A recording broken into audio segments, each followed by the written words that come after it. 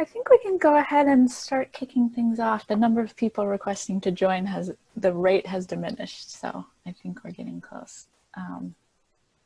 So let me just start off by welcoming everyone. Good morning, good afternoon, good evening. Thank you all for taking the time out of your day to join us for this conversation. My name is Allie Cruz. I work at Conservation International. My title there is Manager of our Indigenous and Traditional Peoples program. I'm just going to kick us off with a few quick housekeeping rules, and then I'm going to turn it over to Minnie, who I work with at Conservation International, for some more formal introduction. But just a reminder that to please keep yourselves on mute while the speakers are speaking. That just helps cut down on the background noise. We do have a question and answer portion dedicated closer to the end of this event, so there'll be opportunity to ask questions or add comments during that time. We also have a chat if anyone wants to put questions in the chat. And then there was one other thing. Oh, just a reminder also that this session is being recorded. There are several colleagues who didn't have the opportunity to join us for the live version, so we are recording this event. So just keep that in mind. Just wanted to let you know for full disclosure. So I think with that, I can't think of anything else that I missed. With that, I'll turn it over to Minnie Tagawan from Conservation International. Go ahead, Minnie. Thanks, Sally. Good morning, good afternoon, and good evening. Thank you all for joining us in this important conversation. I am an Igorot Kankanae from the Cordillera, the Philippines, and I have been with CI for 4 years, and this specific topic has always been at the back of my mind, and I really wanted to have a discussion. And with the events that has happened here in the US several months ago, I think it is timely that Indigenous peoples also share their voices on this issue. But before we proceed, I want all of us to reflect and include in our thoughts our brothers and sisters from Nepal, specifically the Chepang Indigenous peoples who have been experiencing attacks from the Chitawan National Park. It is unacceptable and actually unthinkable that in the middle of a pandemic and all the natural disasters that have happened in Nepal, people's homes are being burned down, leaving families with nothing, and to make the devastation complete, crops that were ready for harvesting were also burned and destroyed. And this all in the name of conservation. So I would ask that we all remember and reflect on the situation that is happening in real time. We are holding this webinar to highlight some experiences by Indigenous peoples related to conservation, some good and some not so good. Often voices coming directly from communities are muted in international standard setting processes. And yet it is from the direct experience that we get the best lessons. So we have asked speakers to focus on their visions on conservation and how they want to work with others so that conservation and sustainable use of the Earth's resources can actually happen. The speakers that we have, I'm very honored to present my good friends from long ago. The speaker will be, the first speaker will be Jean Larose from the Lokono people of Guyana, who serves as the Executive Director of the Amerindian Peoples Association. She is an Indigenous rights activist for almost 30 years and is a historian by training. In 2002, Jen won the Goldman Environmental Prize for Central and South America. The third speaker is Giovanni Reyes, a Sagada-born Kankanae Igorot and actually a classmate of mine several years ago. He currently sits as a member of the GEF Indigenous Peoples Advisory Group, a council member of the Global ICCA Consortium, and current president of the Philippines ICCA, which was instrumental in pushing the Philippines to the forefront of inclusive conservation.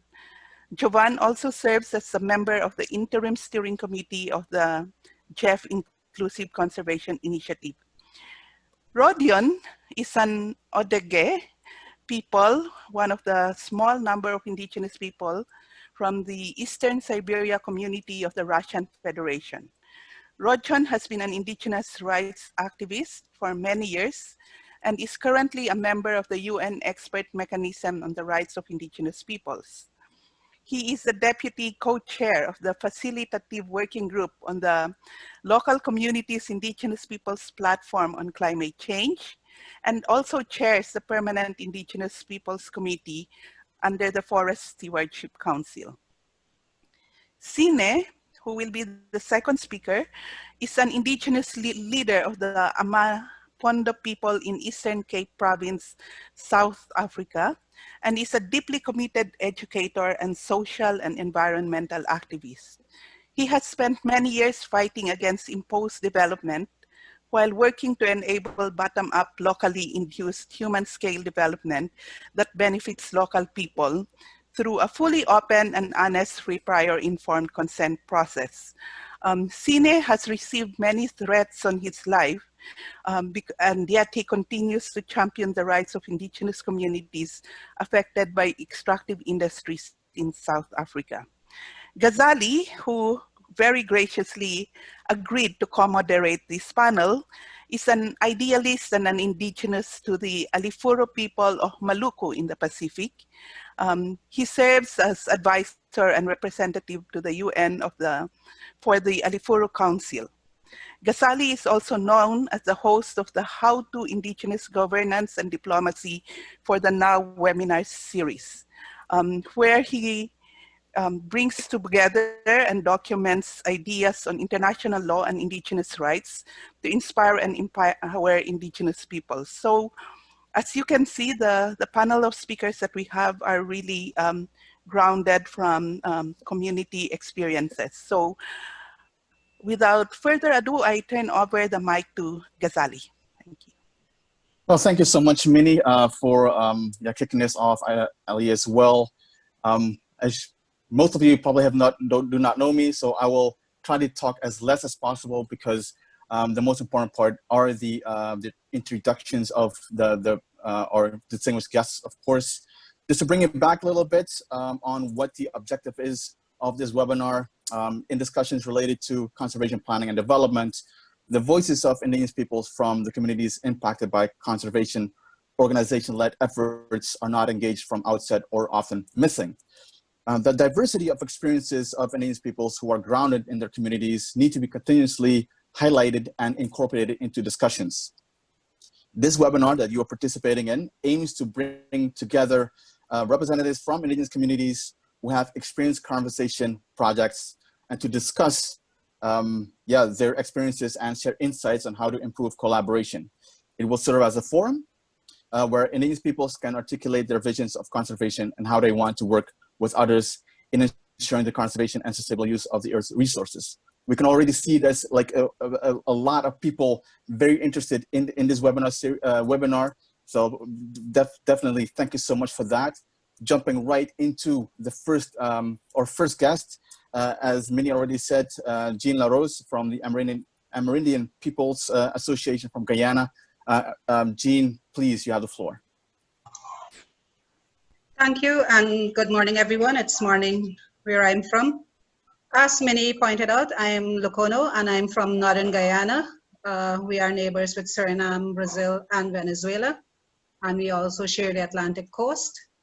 We are one of the newest oil-producing nation in the world, and this can say a lot down the line for us when we're talking about environmental conservation and environmental protection, bearing in mind that our legislation, or environmental legislation, is dated. Our legislation regarding indigenous peoples is inadequate, and therefore, if you combine the two, we are looking at ways where we can improve the situations under these new and changing circumstances. For indigenous peoples in Guyana, as for indigenous peoples throughout the world, we have been practicing conservation for generations. For example, we only hunt at certain times in certain places. We only fish at certain times in certain places. We only cut trees or leaves for roofs and so forth during certain times in certain places as well. And there are reasons for that. Sometimes it's often to let the plants or the animals regenerate. But sometimes, as much as we're talking about indigenous peoples and we're talking about indigenous peoples of one country, we are also not all the same in terms of our practices. And this is something that for conservation purposes, we must bear in mind, that though we may be operating in one country, a geographical location would determine what happens in that area and how it happens and who the people are and what they do during certain times of the year, for example. So this is one thing I want to point out when it comes to conservation activities and conservation organizations, recognizing similarities, but also recognizing differences within indigenous communities. Increasingly for us, we're facing challenges from, for our land space, especially from extractive activities, commercial farming, and sometimes even conservation activities. But there are many other more areas in which we face challenges. And very often, who gets access and who have more right will depend on what the legislation says when it comes to us. For example, if it's mining, what does the mining legislation say as opposed to what does the legislation say protecting indigenous people's land rights? And currently for us, it's a situation of where the land rights is less protected than the mining rights. In the development of environmental legislation, for example, the protected areas legislation, we can have also problems where legislation is developed and it is enacted, but the people may not necessarily be aware of what are the contents of the legislation, may have not inputted to the extent that is necessary for the development of that legislation, and therefore could be left with situations that they had not been prepared for. This is the case of the protected areas legislation in Guyana to some extent, but this is also the case of where we're talking, if we're talking about free, prior, and informed consent in the development of conservation activities in communities, how much does legislation and how much does practice present protect indigenous communities? How much do communities need to understand and need to know about a developing activity, a developing conservation activity in their community? I am from Northern Guyana, as I pointed out earlier, and we have an instance where we receive titles to our land in 1 year. Subsequently, conservation activity received permission to demarcate their area as well. And so we have a conflict immediately there where a people has a situation of having a protected areas activity on the land, and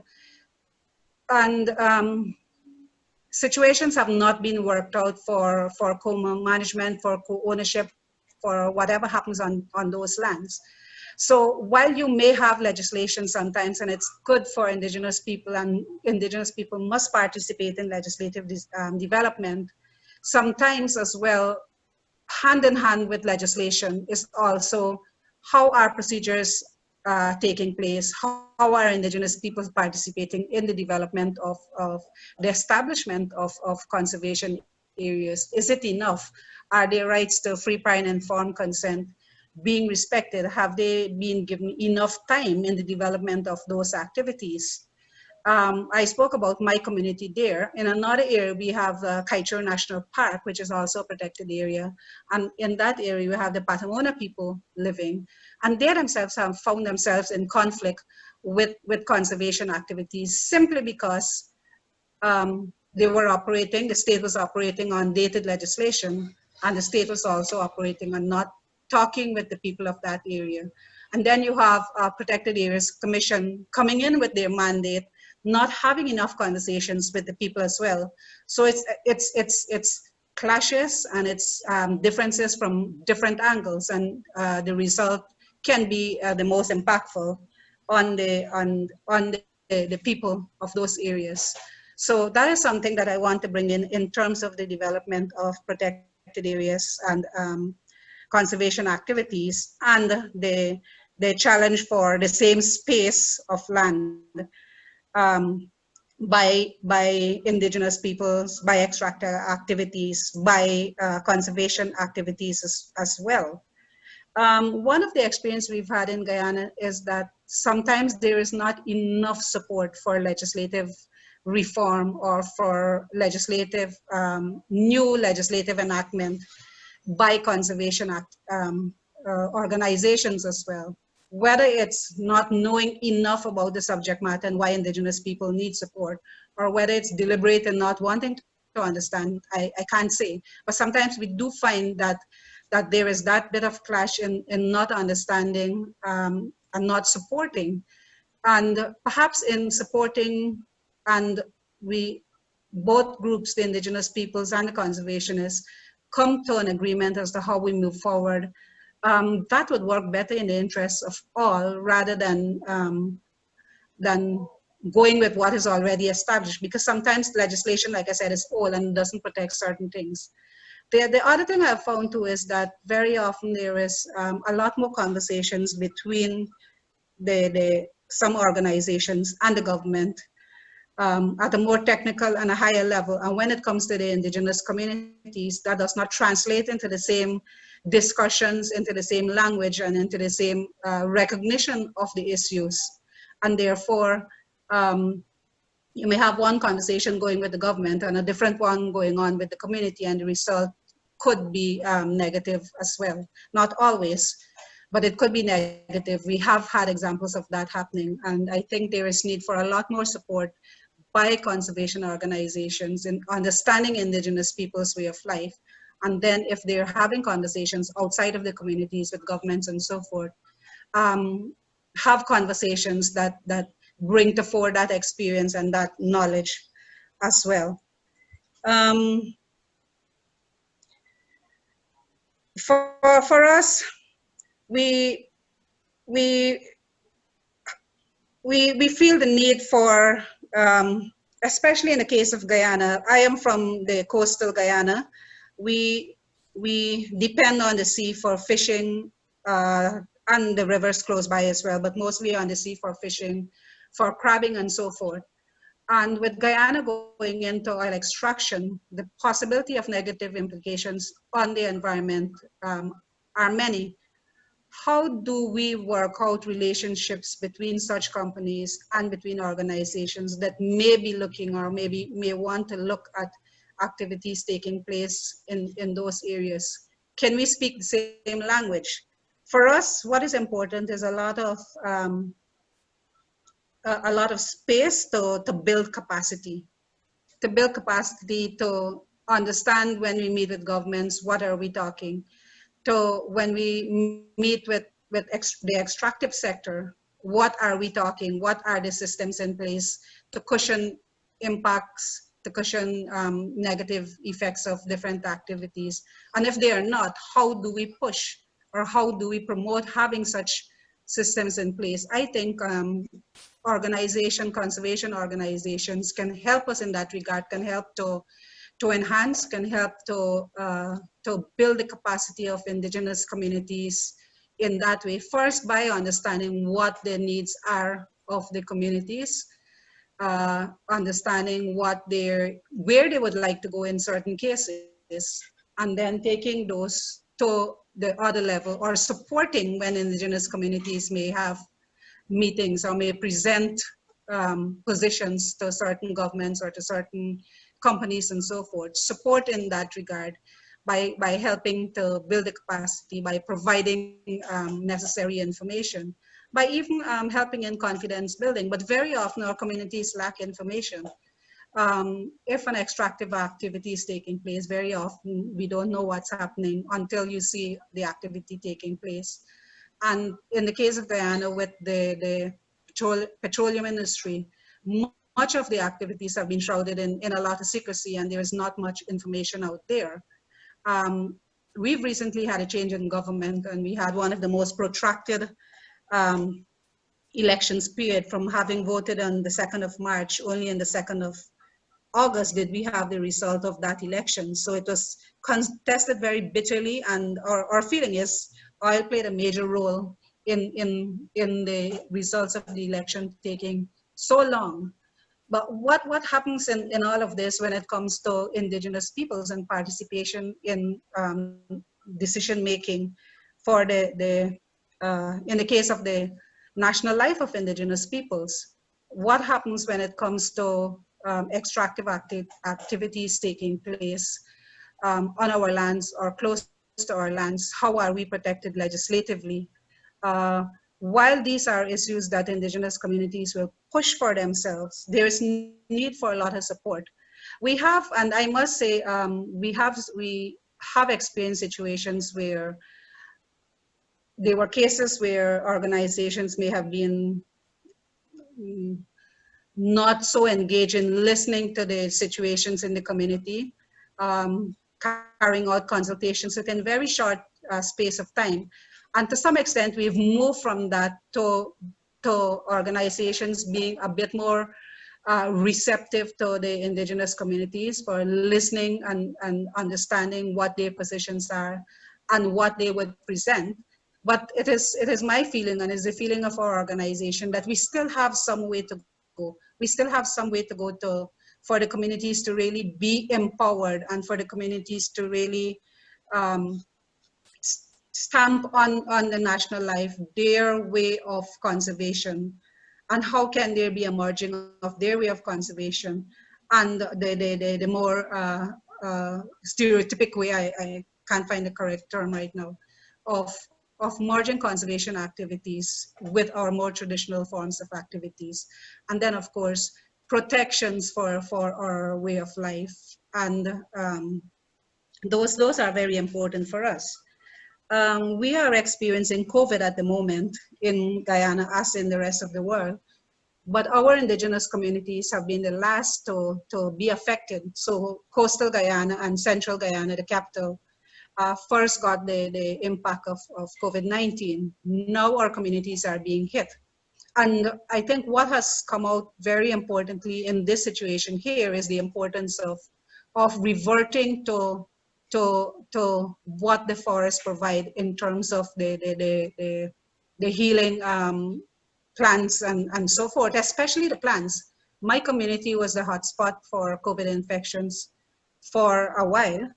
And our people, although they were in isolation, and this is institutionalized isolation by the state, our people reverted to using the herbal medications that they were able to put together, that they have proven have worked for different ailments. And because they said, look, COVID doesn't have any necessary remedy at this stage, we can use what we have used and let's see if it worked. And it has worked for our people.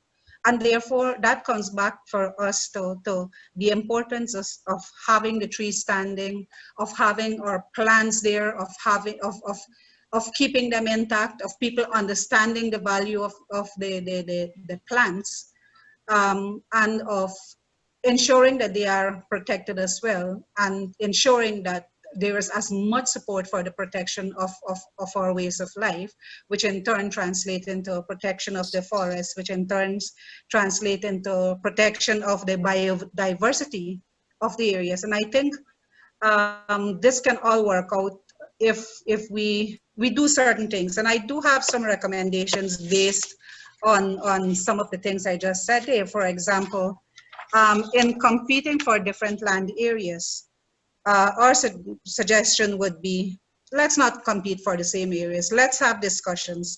Let's find out where it is that we can mutually agree that conservation activities can take place. Even if it's on Indigenous lands, how do Indigenous people contribute, or how do they understand that their contribution to national and the national life and protection of the biodiversity plays a role? How much is controlled by the communities? How much is owned by the communities in conservation activities? These are very important for us. I think also, which I said earlier. Jim, so I apologize, Jim, for interrupting. I'm so sorry. But before I have a question for you, and before you go into recommendations, I would like to give you the opportunity to answer the question. And also, Recommendations, like we have some time afterwards to really go deep into the recommendations. You started off with the free, prior, informed consent in terms of the legislation in Guyana. My question is, in terms of the knowledge, you also talked about capacities, the capacities of your peoples and or the states on, for example, the rights of Indigenous peoples. Is there enough capacities in there? And maybe what you see as a potential role that conservation organizations or funders that have much to do with conservation initiatives, what role do you think they can play in promoting the rights of Indigenous peoples when it comes to, for example, legislation? Any thoughts on that? Okay, so free, prior, and informed consent, our experience with successive governments, this government has recently come into power, but they were in power for 5 years ago. And within the intervening period, we had a different government. And our experience is that they like to say that they recognize and they respect free, prior, and informed consent for Indigenous peoples. But in practice, this is not necessarily so. What we have been trying to do as organizations, and this is something that can be supported as Indigenous organizations and Indigenous people, and can be supported by conservation organizations, is that very fact. How do we prioritize free, prior, and informed consent? How do we codify some things that relate to free, prior, and informed consent specific to certain communities? So therefore, if an organization is working with our people in Northern Guyana, where we are involved in fishing and crabbing, but we also have other forest activities that take place, how do you understand our needs and therefore respect whatever rules and regulations that we may put in place? And is it adequate then in terms of your work that you're doing, because it's something new that you're introducing to some extent? Does it adequately address some of the things that you are doing as well? So it's support in that way, I would say.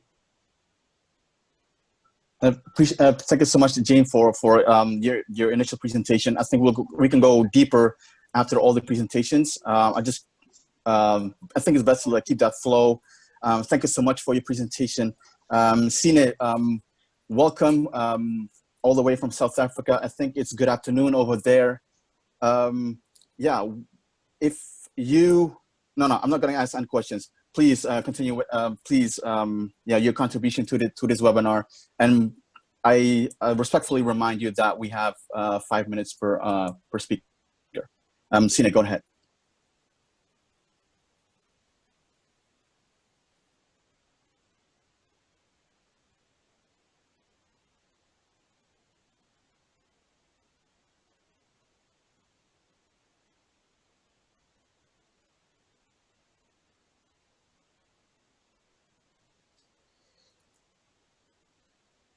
Are you with us, Sine?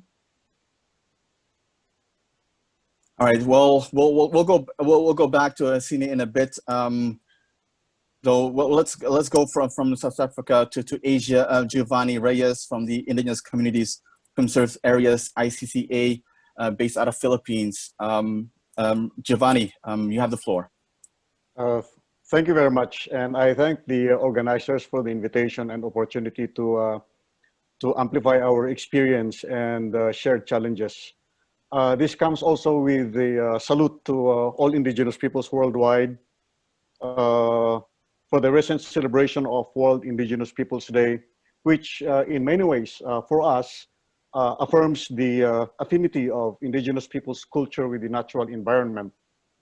Despite constituting only 5% of the 7.8 billion global population, we are proud to state that our traditional territories hold and conserve 80% of the planet's biodiversity. You will recall that in the late 2009 and early 2010, studies and findings commissioned by the World Bank itself, the Science-Based Center for International Forestry and treaty bodies like the UNCBD have all reported one thing in common, and that is that the levels of protection are actually higher under indigenous peoples management than under government management alone. Conversely, deforestation in protected areas have higher levels compared to areas under indigenous governance. Maybe that will explain the reason why the 80% of the planet's biodiversity coincide or are located within indigenous peoples' traditional territories. The fact that no proponent of fortress conservation have come to dispute these findings drives home the point that environmental protection under traditional governance is more effective when indigenous people's cultures are allowed to interact with nature. In the Philippines, these findings helped us to engage with government. This analysis and findings came out at a time when a GEF UNDP funded project in 2011 sought to expand protected area systems in the Philippines. Anticipating that they will include ancestral domains, we tapped the collaborative support of the academe, particularly the University of the Philippines, College of Public Administration, and of course with our NGO partner, which is a pioneer in mapping, the Philippine Association for Intercultural Development. The collaboration was to ensure that the indigenous people's community conserved areas and traditional governance systems are recognized as a modality in establishing conserved areas. I would like to show a map, Ali, if you can show, because our network has utilized indigenous knowledge and scientific methods to put in place evidence-based and self-determined planning. So you can see in here indigenous peoples, the first original Filipinos called Aitas, who have translated their knowledge about the terrains. They have translated this into its physical dimension in the form of a 3D model. And here he is explaining to us the social, cultural, and spiritual attachment that are in the map, that are translated into map. Likewise, down in Lumad, Mindanao, the same thing. The participants to participatory mapping have translated their understanding about their terrains, their knowledge about their terrains, and transforming it into its physical dimension in the form of a map. It's like sort of mapping will allow the community members to retrace the footsteps of their ancestors. So this map as an evidence of their knowledge is about their history and their current state of affairs. Their stories are transformed into the stories, the social, cultural, and spiritual aspects that gives them the identity is also embedded in the map. Therefore, what the elders are saying here is that this is guided. The culture and nature affinity are guided by the spiritual and cultural aspects attached to these lands. And the reason why these lands have been preserved for so long a time is because of their view that these are sacred sites and their uses are under customary laws.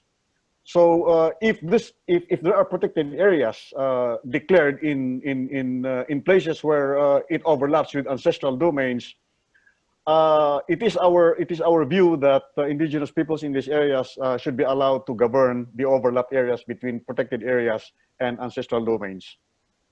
Of course, in the next slide, besides mapping, is a participatory inventory of resources, which is aimed at determining the state of health of forests in order to inform or provide evidence-based environmental planning.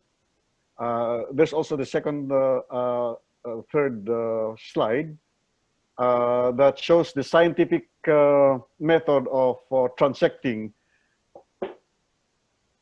Oh, that's not the one. That's not the one. This one. So this one shows how transecting is utilized to do the inventory of resources. 1 kilometer transect line is divided into 4 distances, and for each 250 meter of distance, you would find sample plots, plot by plot, meter by meter. The community members would identify the tree species that are located in the area, and later on it is going to be analyzed, and later on will determine whether there is something wrong with the forest. In the next slide that I'm showing, from 2016 to 2019, we have under the GEF, UNDP, and the Bureau of Biodiversity and Management Bureau of the Philippines, we documented through mapping 10 sites in the Philippines, as you can see in the slide. And we have mapped a total of 167,000 hectares of conserved areas owned and located in indigenous peoples' territories. Next slide. So when we had the next slide, when we had these 10 sites analyzed by scientists of the Washington-based World Resource Institute, they found out that the areas as we map is able to sequester 10.5 million tons of carbon, or equal to the emissions of at least 7 million cars per annum. That is the contribution, that is the global impact, and that is the contribution that far-flung communities, all 10 of them, can contribute in terms of conservation and climate change.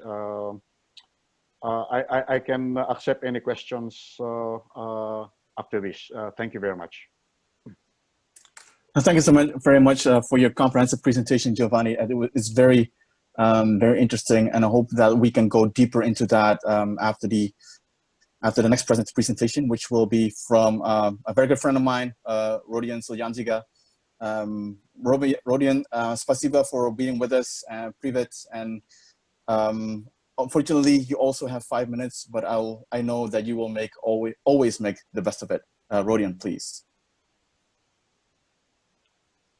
Yes, good afternoon from my region, and hello to everyone. And first of all, thanks Mini and Ghazali for arranging very important issue. And I would like to contribute and to share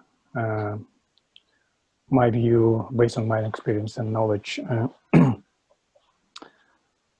I would like to start that while one might expect that the primary threat for indigenous livelihood comes from the extractive industries, the point discussed today, often overlooked and even hidden, is the relation between indigenous peoples and environmentalists. And of course, today, this topic is getting more critical and more relevant, particularly because of global new concept and framework, which is called green course or green economy. But to have full understanding, I think we have to look at the past. to understand and to find a common challenges, but also common platform to rebuild relations between indigenous peoples and green NGOs. And from my point, that the real turning line was in 2003 at the World Park Congress in Durban, South Africa, when most of the delegates formalized a commitment, what they called right-based approach, or rights-based conservation, which was completely new paradigm that recognized the centrality of ancestral lands to indigenous groups and included them in the management of the protected areas on a fair and equitable basis in full respect of their human rights and social rights. And later then, after the United Nations Declaration on the Rights of Indigenous Peoples in 2007, which says very strong article focusing on own and control lands, territories, and resources.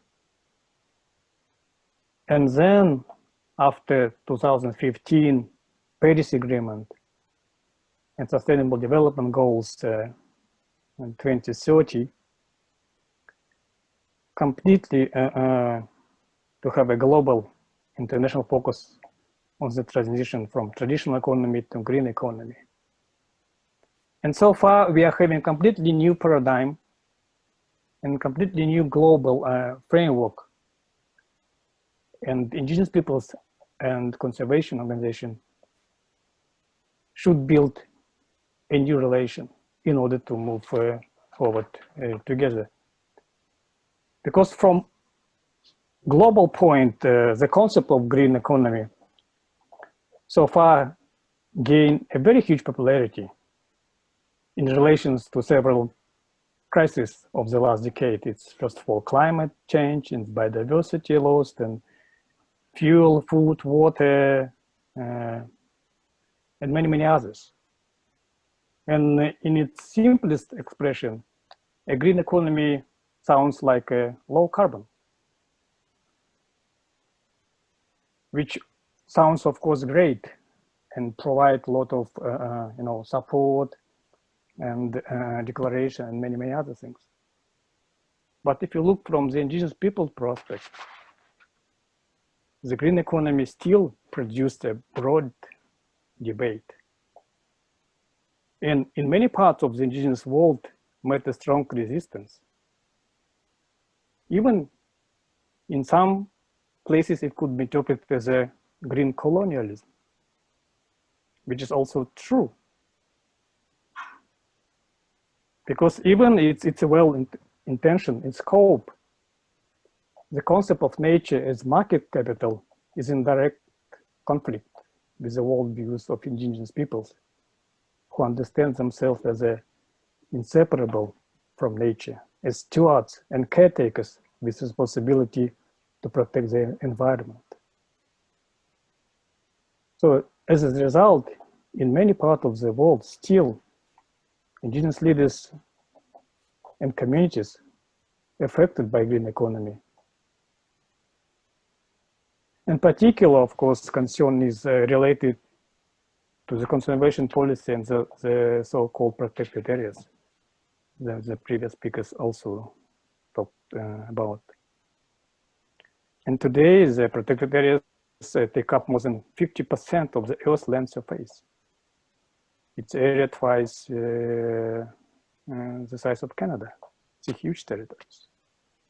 And of course, it sounds great because we have the common to protect biodiversity. But at the same time, indigenous peoples and conservation still have very different agendas. Indigenous agenda all must begin with the need to protect and legalize their lands for their own use. They emphasize the importance of finding ways to make a living on land without destroying those resources. And they also give high priority to documenting their people's history, traditions, visions, and cultural identity. The conservation agenda, by contrast, in many ways start with the need to establish protected areas as a no-go zones or off limits to people, and to develop management plan. And they tend to see traditional inhabitants as obstacles to be removed if they are considered at all.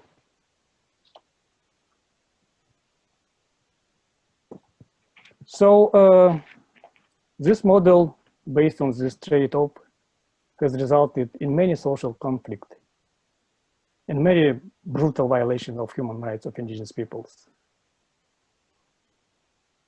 But again, green NGOs in many countries has more relations with government, has more lobby powers to influence and to promote, of course, their green agenda. And sometimes they are seldom willing to support legal battles over the land rights and the strengthening indigenous people's rights. And they are using very smart and very easiest way to consider these actions too political for them or outside of their conservation mandate and agenda. So what we should do under this new green course and how we can work together. But before coming to recommendation of my conclusion, I would like also to share our own experience. We are living in a very cold area in Siberia and the Arctic. And while in other parts of the world, most of indigenous peoples are concerned with the green colonialism, we in Russia, we are faced another kind of problem.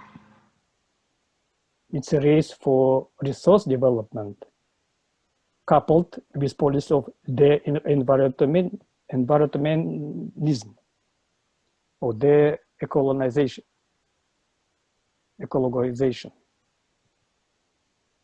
So it's completely two incompatible and opposed narratives. The first narrative stems from the logic of environmentalist discourse emphasizing vulnerable and fragile environment of the region that should be protected surely. And the other is so-called resource colonialism, represented the extractive industry and defined as a energy security, geopolitical, and benefit to the economic development of the whole countries. So, and we as indigenous peoples, we are at the point between two rocks, which also not so easy in terms of our own governance and to make a decision. So that is briefly the situation we are facing with at the global, at the regional, and also at the national and domestic level. But we strongly believe that indigenous peoples and environmental organizations are strategic partners. What we need so far to rebuild relations and also to build more trust between us. And also I would like to highlight the role of biggest international and eco NGOs like WWF, Greenpeace, IUCN, Conservation International, Rainforest Coalition, and some others. Because we need champions to create a new platform between indigenous peoples and environmentalists. Even if you look at some organizations, they have very good declarations or own strategies how to cooperate with indigenous peoples, but it's not enough. We should have more strong commitment on the level of policy, program and action-oriented implementation. And we should shift our vision from project approach to strategic partnership and avoid a very negative phenomena like greenwashing. So how to do it? I think we are at the beginning, and there are more understanding, there are more trust, and we should move forward based on the recognition and respect of indigenous people rights and land rights. And maybe with regards to recommendation, I will come back through our exchange and question session. And I would like to finish right now. Thank you. Thank you so much, Rodion. You touched on some very interesting and some very not only interesting points, but all very detailed. I think that it's the people that are watching this webinar right now can find a lot of value in this. I would like to bring in everyone, so that's yourself and Jean and Giovanni. I have not seen Sine back yet. Hopefully he can come back in a bit. Just ask you one question and I kick off the Q&A part of this exercise before we go into recommendations. So people that are watching, if you have any questions, comments, feedback, or ideas, please put them in. Please put them in the comments so that we can start. Having that Q&A session, interactive part of this webinar as soon as possible. Rodion, and this is like an easy question because a lot of people are watching that are from conservation NGOs, funders, et cetera. In your view, what does it take? You already elaborated a little bit on it. What does it take for these organizations to be real partners of Indigenous peoples? Of course, I already mentioned we should have more context. Even we should have not only more awareness, but also some kind of education in terms of capacity building. And of course, we should meet the key principles and fundamental rights reflected by the United Nations Declaration. And first of all, it's a right on land, territories, and right on the self-governance.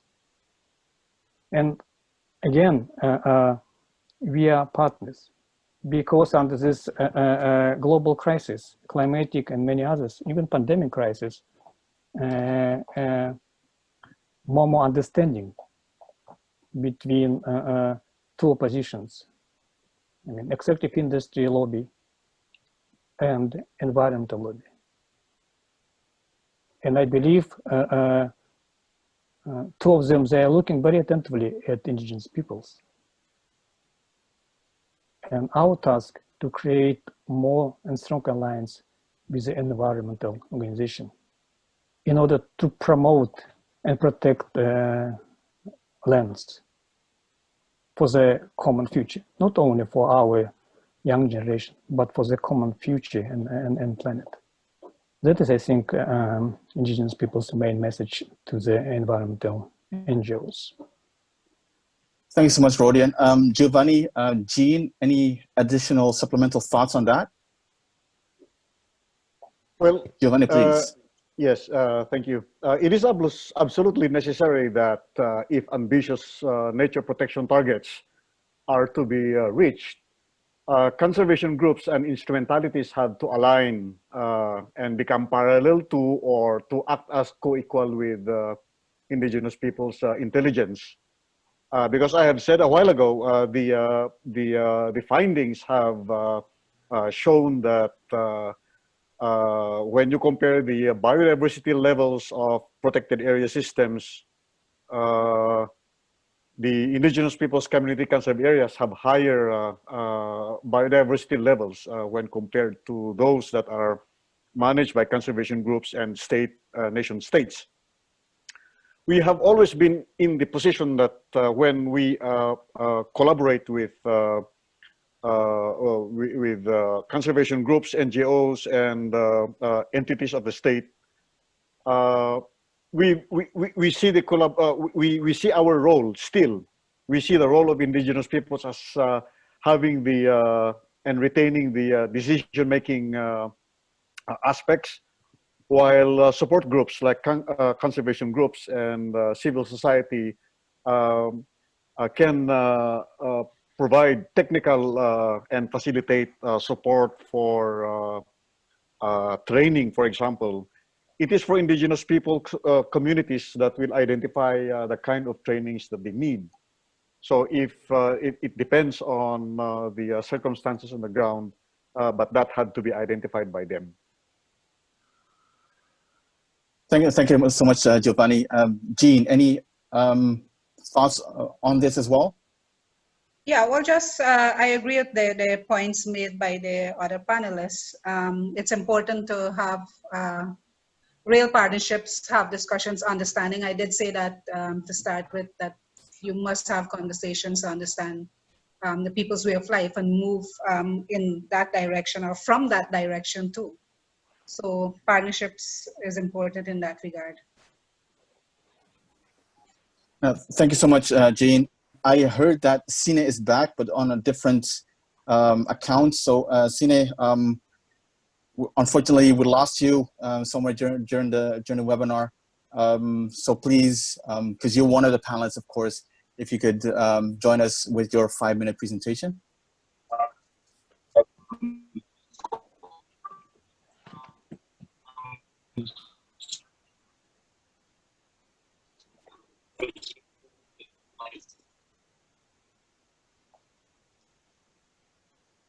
Sine, are you with us?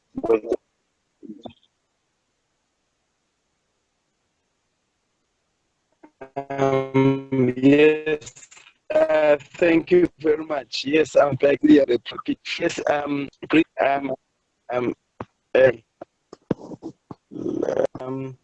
can you hear me? Hello, can you hear me? You're coming in very okay. Metallic, if that's a word. Okay.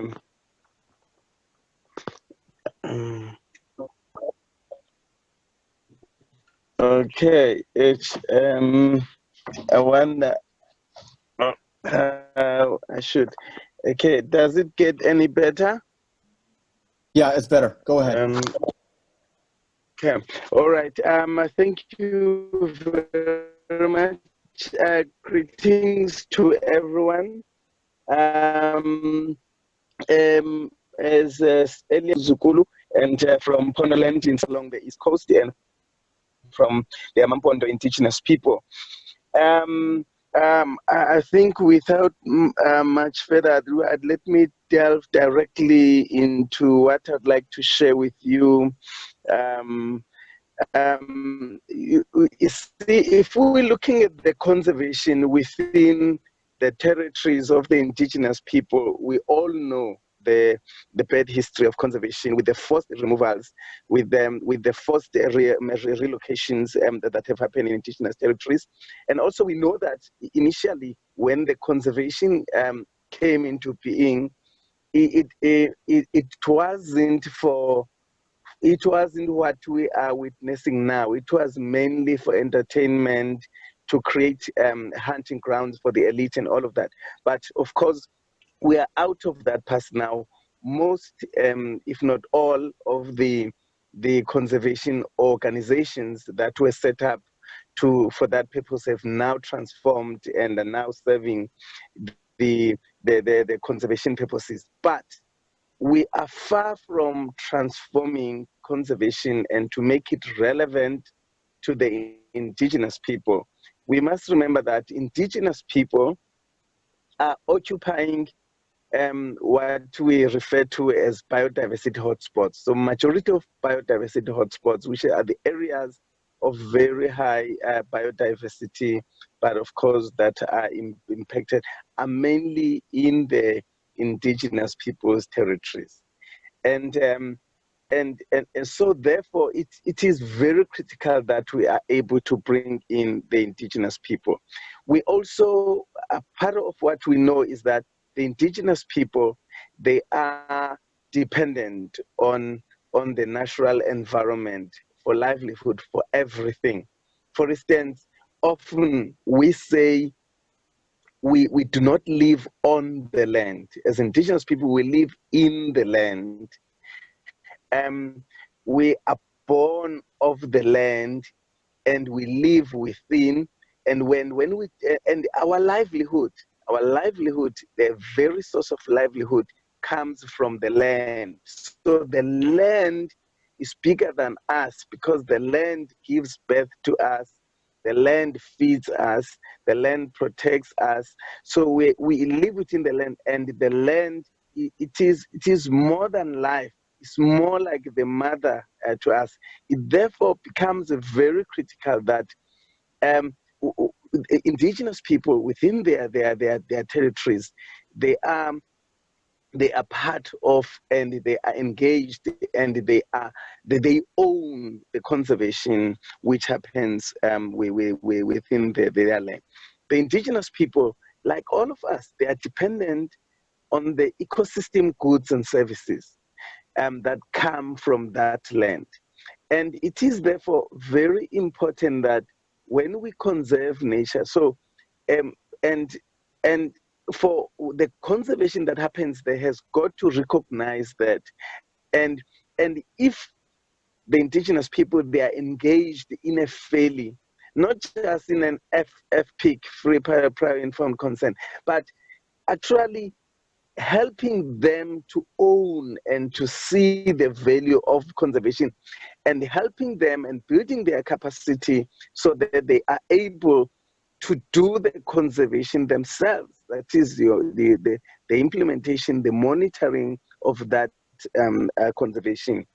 And it's easy to do that when they have been considered and taken into consideration when the conservation planning was being done. If it was planned with them, somebody did not come and tell them, but they were part of the planning for conservation. So it becomes very easy and very successful. And most of the conservation, so because we know that the currently and in the past is the people coming, they are pushed out, then you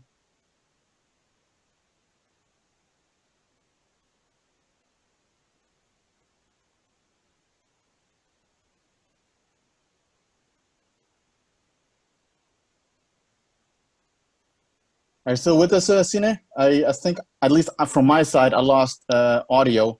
I'm not sure if everyone else has lost audio as well. I could see some heads nodding. So, Sine.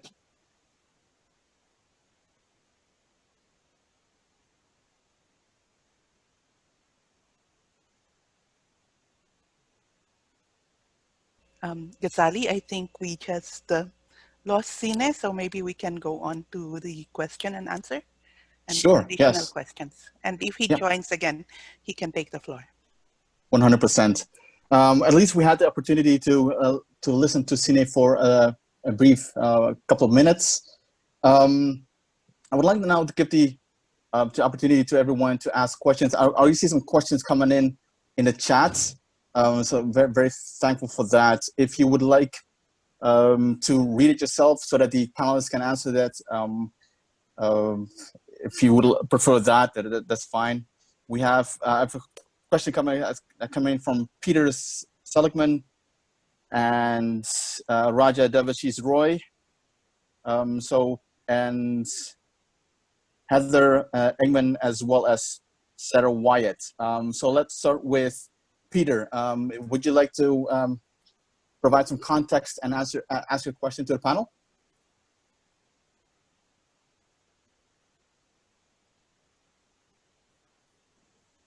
Yeah, thank you. First, I really appreciate the thoughts, the thoughtfulness of the panel, and I think that the comment that one of the panelists made about the need for trust is really kind of fundamental.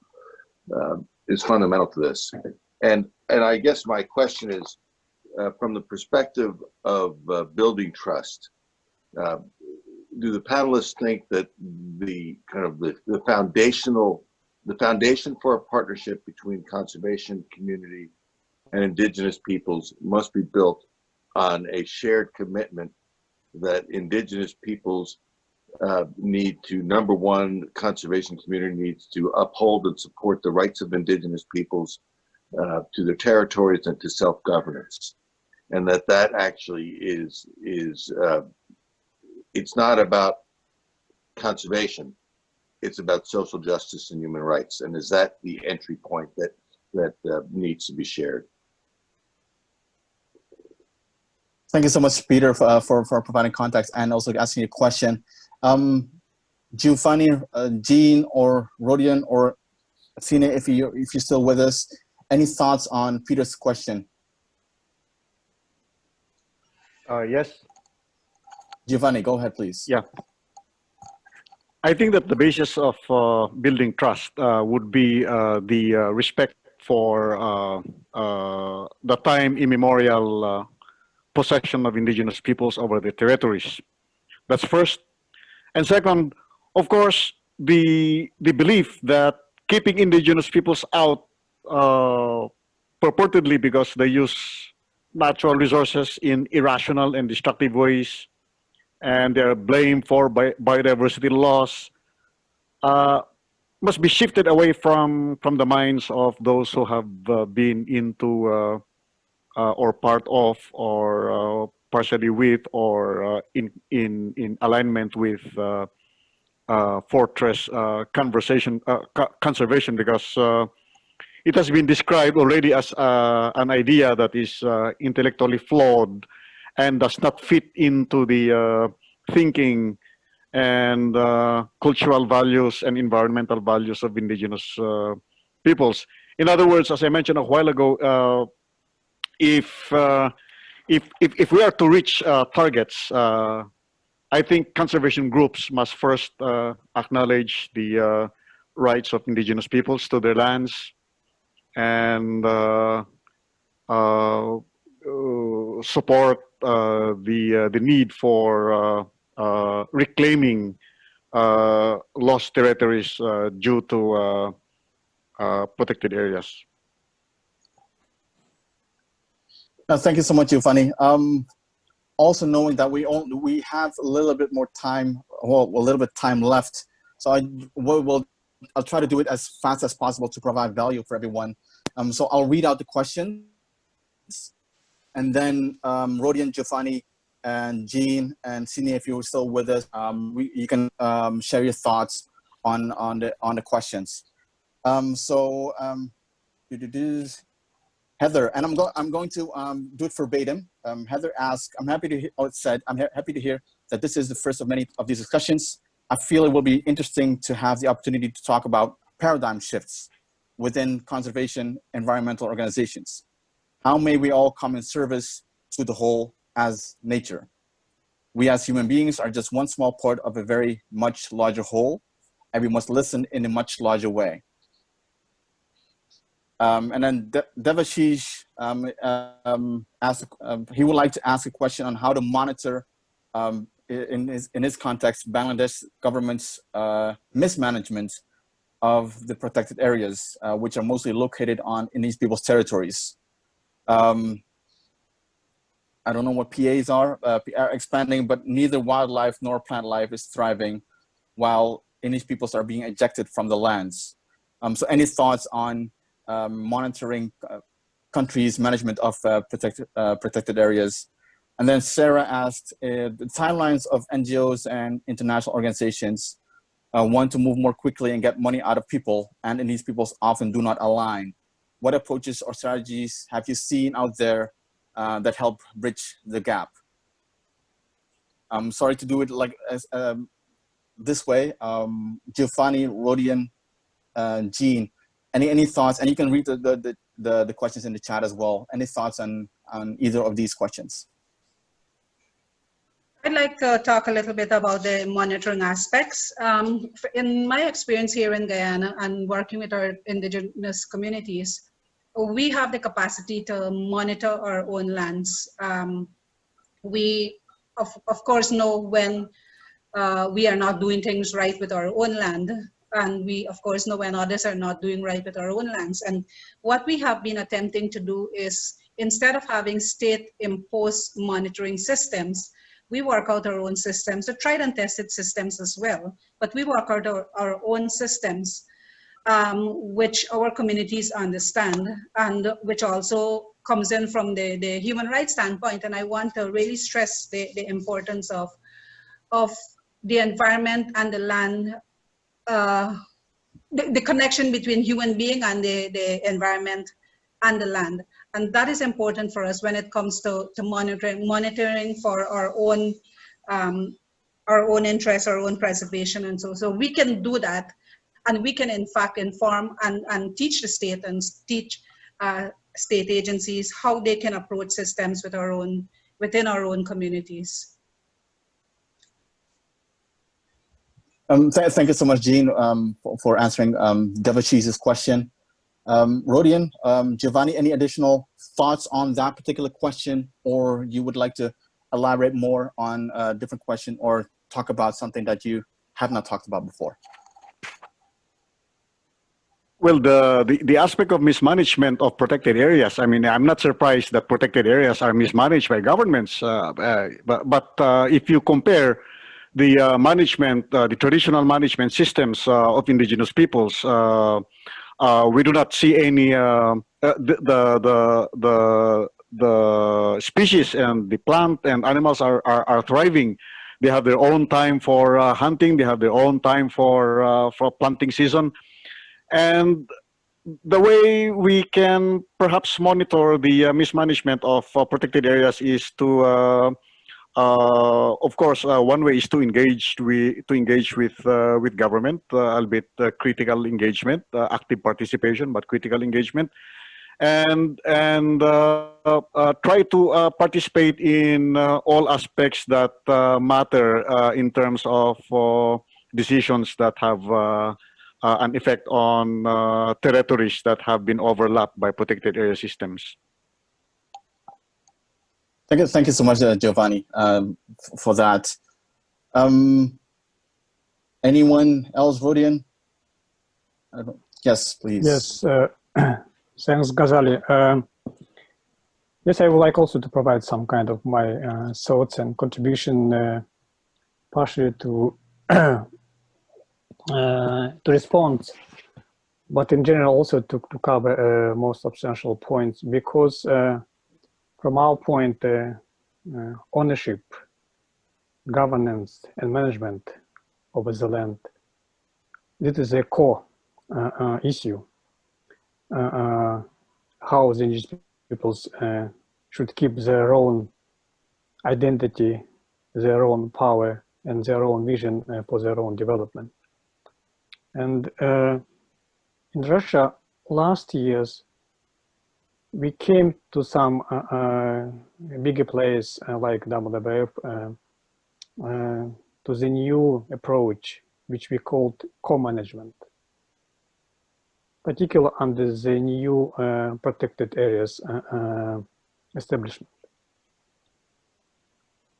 And for the first time, we have one very positive case, National Park Bikini, which is having legally binded by law, saying that one of the key objectives of the national park is to protect and promote rights of indigenous peoples and their traditional lifestyle. And for us, it's a completely new page of the relations between environmentalists and indigenous peoples. What the key outcomes of this agreement? It's firstly, it's a benefit collective making decision. It's a partnership development. It's a control and resource optimization. It's also conflict resolution platform. We have created a council of indigenous peoples under the park management. And the chair of this council is the deputy director of the national park in charge of conflict resolution and indigenous people rights. And finally, goal is to achieve sustainable management of natural resources in our forest. So that is a key issue and principles I would like to share with you and all our participants. It's a small but very good example how we can go and move forward step by step, building trust, partnership, and respect. Thank you. Thank you so much, Rodian. We're coming to, we have 10 more minutes now, and I don't want to leave before you have the opportunity to elaborate more on your recommendations, which is very important. Maybe the most important part of this webinar, even though I feel that this should not be a standalone webinar. Jean, you started off with the webinar. Your recommendations, please.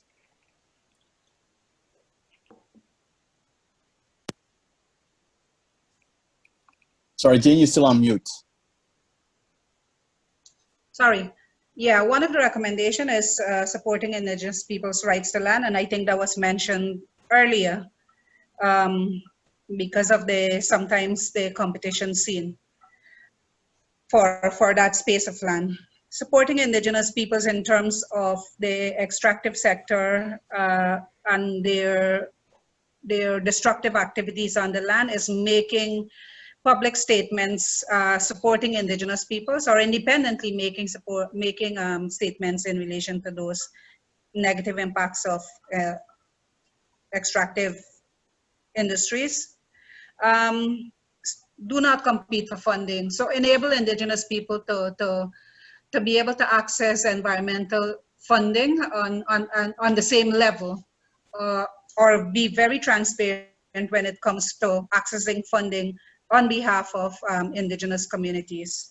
So this means that people who would have access funding on behalf of indigenous communities are clear with the communities understanding proposals that were made, activities that are to take place, the funding that is accessed for that, and so forth. Support and advocate for indigenous people's training so that they can apply traditional practices to merge with the more scientific and other practices that that are introduced to the communities. Improve collaboration with indigenous communities. That is very important, and I think that kept coming up in terms of having dialogue, but giving time for dialogue to take place as well. So those would be my brief recommendations. Thank you so much, Jane. Giovanni, go ahead. Yeah. May I try to respond to Sarah's question about time? The decision-making process of indigenous peoples is collective, so it takes time. Unlike where you talk to corporate groups where only the head of that group may decide, but in the case of indigenous peoples, decision-making is rather long because it considers all voices that matters, including women, children, and girls. With respect to recommendations, since our models in the Philippines was able to sort of shift the thinking of our authorities, some authorities in the Department of Environment and Natural Resources, the positioning of conservation as described and defined by indigenous peoples have been accepted, and we would like to get the support of like-minded groups in terms of scaling up the models. As mentioned a while ago by our colleague, support for training, especially of indigenous peoples youth leaders in terms of mapping, inventory of resources, and use of science tools like training in geographic positioning systems, which they can merge together with their knowledge on their terrain.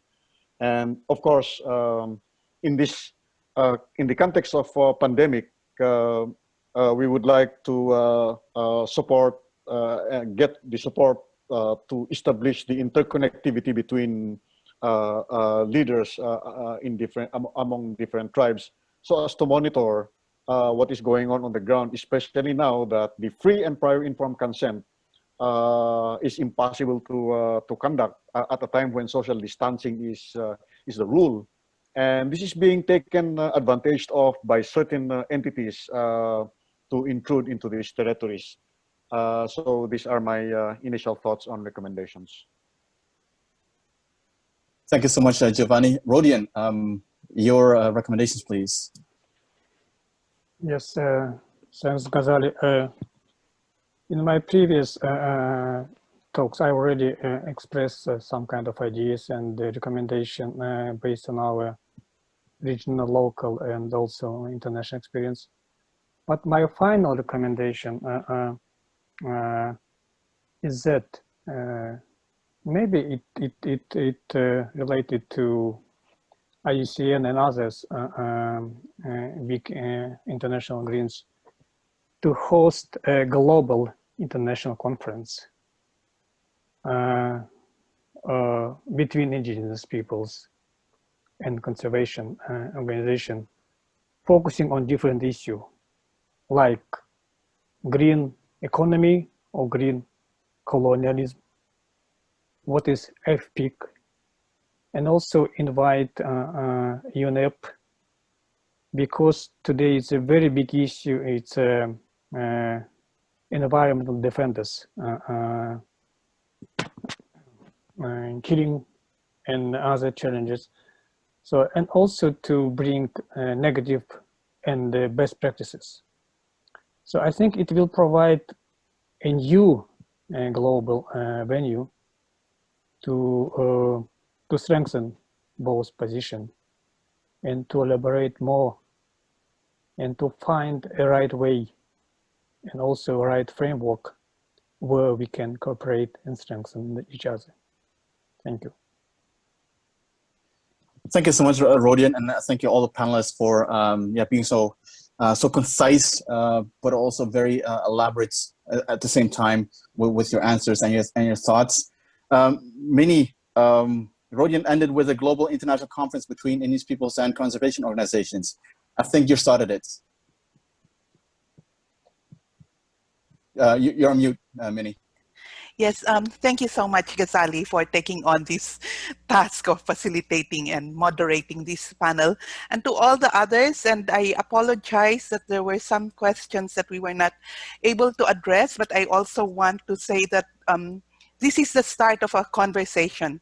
And your interest that has been shown here validates the need for more discussions. And we are hoping that we can have some regional conversations first.